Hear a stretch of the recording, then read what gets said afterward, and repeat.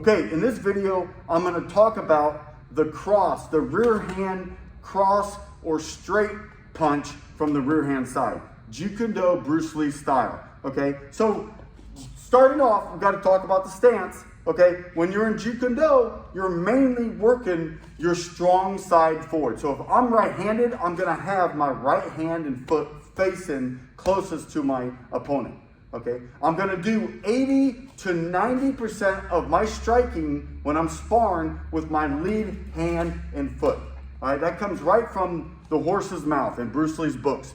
One time he wrote 80% with the lead arm and leg, and then 20 with the rear. And another time he wrote 90 and 90% with the hand, lead hand and foot, and then 10% with the rear hand. Okay, so if you're right-handed, having that weaker hand in the rear, all right, in Western boxing, it's the opposite. They want to have your strong arm in the rear where you can really rotate into your power shot, okay? And to be honest, if I switch to orthodox, my straight right hand from the rear is going to be a lot harder than my straight left hand, okay? But the more you practice it, the more reps you put in, that rear left hand shot, assuming you're right-handed, is going to get more easier to throw and a lot harder, okay? Another advantage of having your weaker side in the rear is you have more power because you can fully rotate your body into them, okay? You can fully get that full rotation, which will make your left hand that much stronger, okay? So there's two variations of the cross or straight left that you're going to talk about, Bruce talks about, especially in Bruce Lee's fighting methods. Okay, so the first one he talks about, he calls it the straight arrow.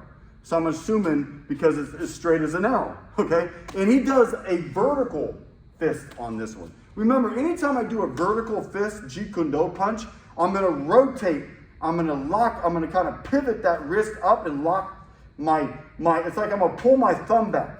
And I'm going to lock that fist in there and strike with the bottom three knuckles. So if I'm doing that vertical fist cross, which is called the straight arrow, okay, I'm going to take a little step out. Every time I throw that rear hand, I'm going to step out and open up my hips, okay? Because if I'm closed off, it's going to be hard for me to really rotate.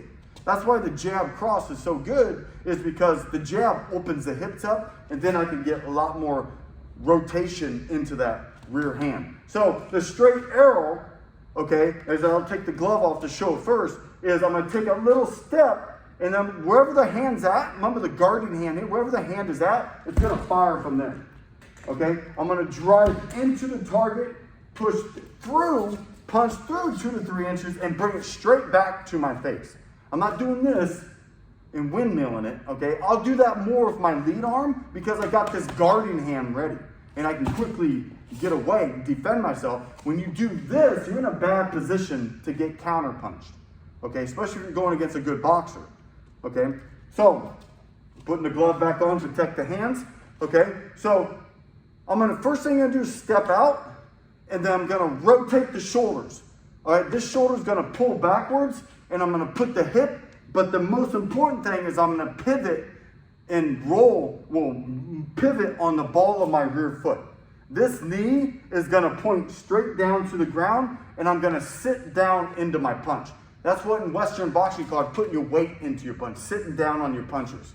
Okay? So even if I throw in a vertical fist, or we'll get to the other one, this is the straight arrow, I'm just going to rotate. Remember, I'm not going to telegraph. Just because it's a power shot, I'm not going to go this. I'm not going to telegraph. Okay? I'm going to step first, okay? I'm going to step, but usually I'm doing something like an indirect attack or an attack by combination with my lead arm and then throwing that straight arrow.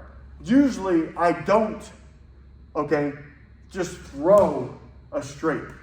Now, again, if I'm sparring another southpaw, I definitely don't throw just a straight. Now, if I'm sparring a right-handed fighter who's fighting orthodox, I will throw a lot of straight left counters. As they step in, I boom, and then I get off to the side. All right? I throw a lot of straight lefts. Okay? So what you're going to do is take that step, rotate your entire body, pivot on the ball of the foot. Remember, that foot is cocked, ready to go. It's the piston, the spark plug of the fighting machine. Here, this is going to be a vertical fist, and it's going to go right here. Okay, punch through the target and bring it right back home. Okay, that's the straight arrow. The second variation is just a standard cross. I'll take the glove off again. There's two ways you can do this. Okay, Ted Wong, okay, if you read a lot of Ted Wong's works and books and interviews, he talked about when Bruce was doing, he actually would turn that fist, corkscrew it a little bit, still hit with those bottom three knuckles on his cross. So it's called a cross. A cross is meant to go cross over the jab, or it comes across your body. I don't know where the name comes, that's what it's called. Okay, so the first one's the straight arrow. The second one, you're going to turn that fist down, okay, or invert it and hit with those three knuckles, and it really gets the shoulder up. Okay, that straight arrow is more of a speed, where that cross, when you rotate your body like this, it really gets a lot of power in it. Okay, and it gets that shoulder up to protect your face. Okay, so I'm going to put these gloves off to the side. So if I'm working that straight lead, let's say I do a 1-2, the jab, see I step, open up the hips, and then I can just rotate into that cross and bring it right back home. Okay, so I'm here, I'm just going to throw the first one, the straight arrow, boom, right back home, or the cross, boom, right back home. Okay, and then you got the cross to the body. So Bruce said it best, if you're going to punch the body, you got to go down to the level of the target and throw that body in, but this time I'm going to have my right hand as a guarding hand to kind of protect my face when I throw that cross to the body. All right, you can throw a vertical fist to the body, but I don't usually, vertical fist to me in the body, I can't really get a lot of power to the body. The head is one thing, okay?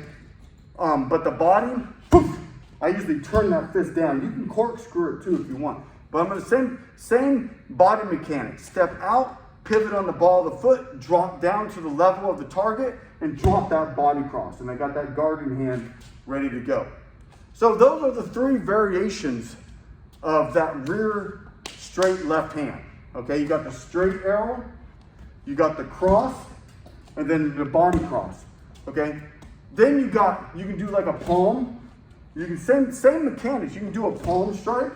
Okay, then you got the overhand. Okay, I'm just gonna throw it in there for fun. Okay, there's a couple of different ways to throw that overhand. Same thing. I'm gonna step out. This I'm gonna drop. And I'm going to rotate, I'm going to turn that fist over and hit with the knuckles. That's variation number one. Okay, so I'm here, I'm going to step, boop, just turn that over. See how it comes that overhand angle.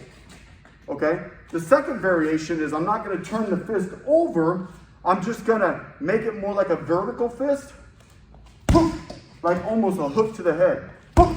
So I do that, boop, overhead. But the key to the overhand left, or your rear overhand, is to step out, drop down to really get your legs into it and explode into that overhand.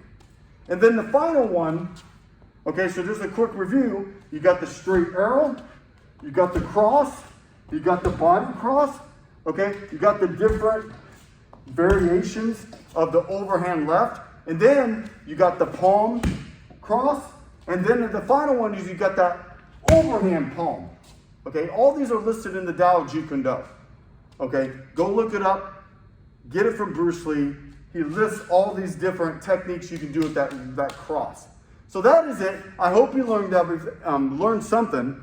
Okay, remember, there's no ultimate style. Only ultimate practitioners. Have a good day.